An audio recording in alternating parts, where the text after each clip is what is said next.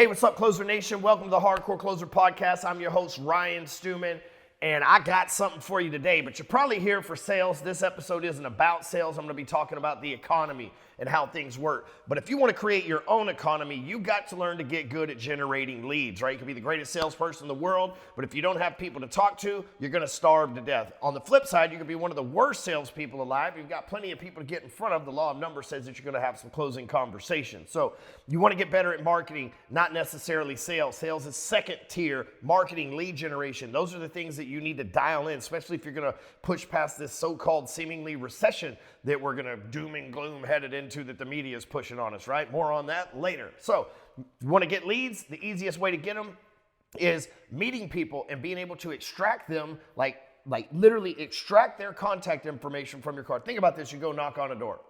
The homeowner answers the door and they say, okay, well, I'm not interested. You pitch them. They say, okay, well, I'm not interested. And you say, cool, well, take my business card, right? What happens to that business card? It goes right in the fucking trash. Nobody wants that business card. Nobody's going, oh, this is really pretty. Like, nobody cares, right? They go, throw it away. But I've got a business card that works with the phone site software that as soon as you tap it on their card and they tap it, you just got a tracking system that extracts their information from their phone number, so you can literally walk away, and while they might have thrown your paper business card away, now they've got your stuff stored on their phone, and now all of a sudden you know who it is that you came in contact with, so you can do what? The most important part of sales, the follow-up, right? So you got somebody to follow up, because the follow-up, FU money comes from the follow-up. So go to mypulsecard.com, grab you one of those. They're cheap as fuck. They're cheaper. Like, there's a couple bucks. So just go over there, grab you one, mypulsecard.com, and you know what? Start getting you some leads. The easiest way to generate leads. There's lots of other cool stuff that go along with that, but start there. Okay, so let's have a conversation here. You know, the media, they're selling us on this recession that's coming. And they're saying, you know, it's going to be Blackstone put out an article the other day, or they put out a report the other day that said we're going to be in for a hard landing, okay? The Feds just 2 days ago, it's Friday when I'm recording this, December 16th, just 2 days ago, the Feds announced that they were going to raise the interest rate by another 0.5%, putting it between 4.25 and 4.5, which is still a low rate historically, but it's been like 0 for a really long time, and it's been 1 for a really long time, and they stepped it up pretty quick, but we kind of have to. You guys got to understand how this economy works. So I'm going to give you like a make sense, simpleton Ryan Stewman version of how all this shit works, right? So basically, we printed too much money. Okay, like the Wall Street and all these people fight it and everything else, but the truth is President Trump, not Biden, President Trump printed too much money. And listen, he was honest about a lot of things to us. I'm not a huge Trump fan, okay, but hear me out. Trump was really honest to a lot of things about it in the sense of like what Chappelle said. Trump comes out and goes, yeah, I know they're corrupt. I'm corrupt too. And fucking goes right back in the building, right? Well, he demonstrated that for us. His corruption went, hey, me and my buddies, which we got in on that too. If you were smart, me and my buddies, I'm going to give them a massive amount of loans. I'm going to print more money. I'm going to make sure this, that, and the other. And boom, you know, there was what, $2 trillion that we printed almost out of nowhere. And so what happens is now all of a sudden $2 trillion is out there. The average person thinks that $2 trillion just goes to somebody's bank account, right? It just sits there. Now they've got $2 trillion in cash. No, money's got to move. So now all of a sudden they got $2 trillion that they got to spend. What do? They started giving people money to stay home.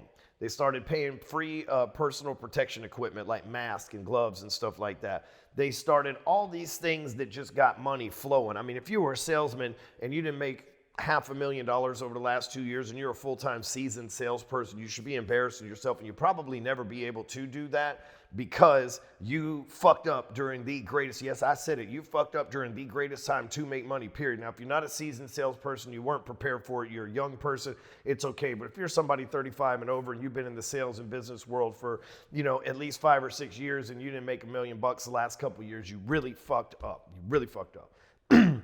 That being said, money went everywhere. I got a 16-year-old kid in my DM. I don't even know his damn name. My buddy Kurt put me in a chat with him when we were buying Bored Apes.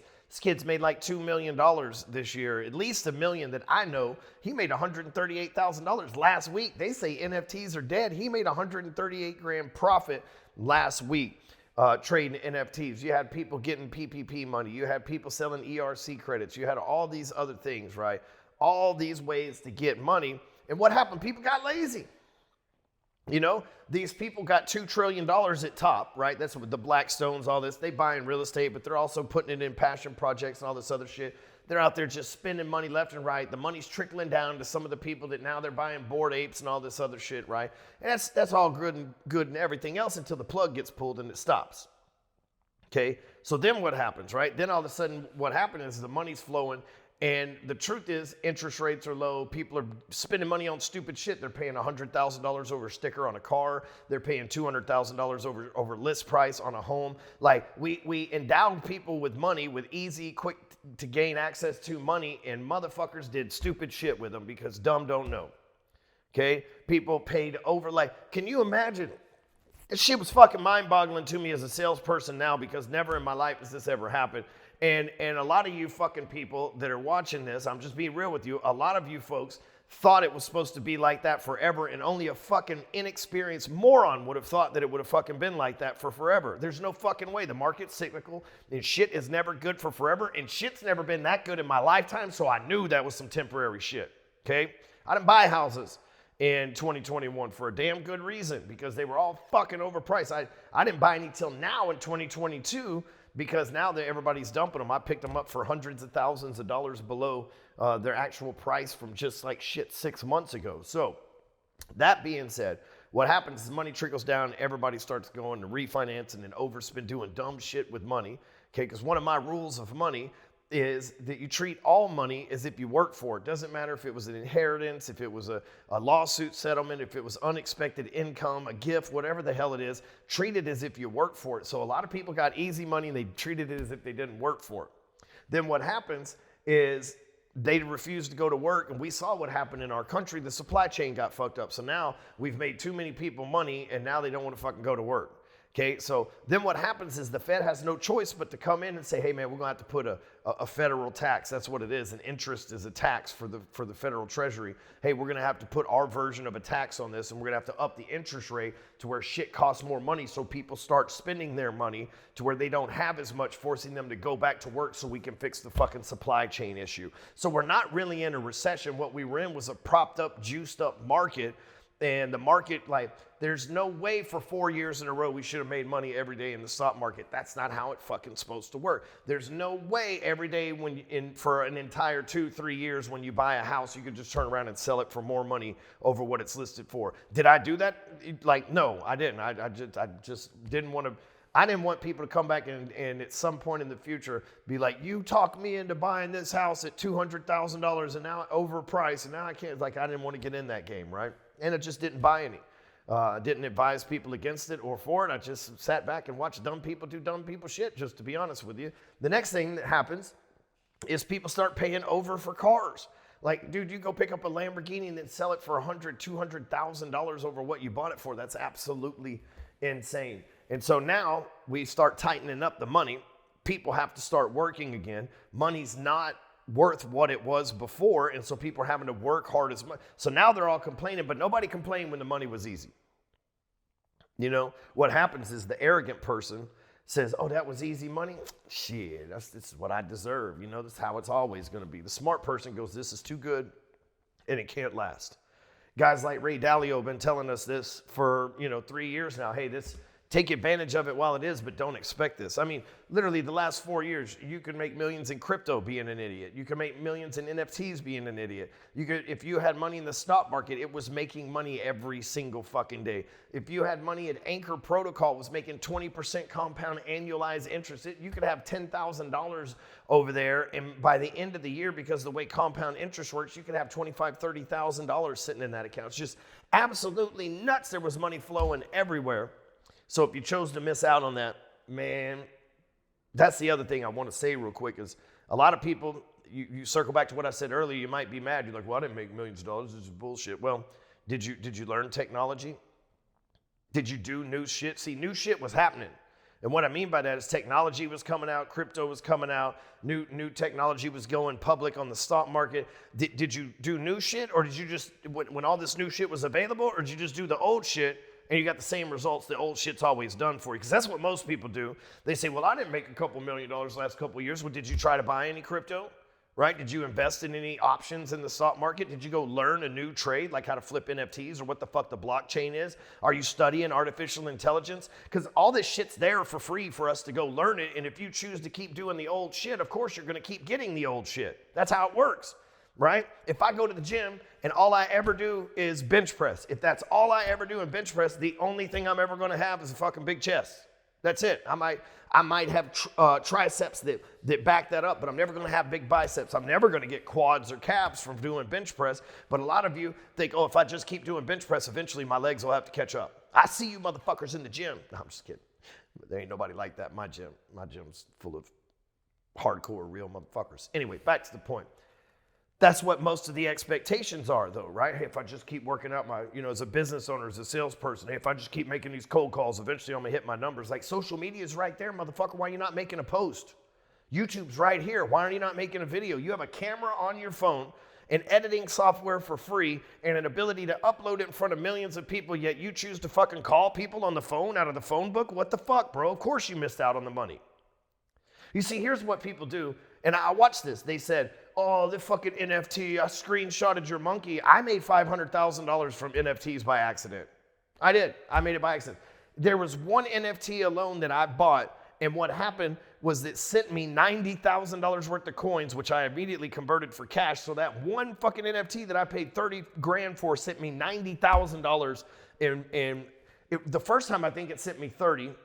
Then it sent me, they did a second round and it sent me another 30. And then I still have $30,000 sitting in the fucking wallet that I had before from this shit, from buying a couple of NFTs. That's just one, right? So what I'm saying is, I'm not really into pictures of monkeys either, man. And I'm not into I'm not an art guy.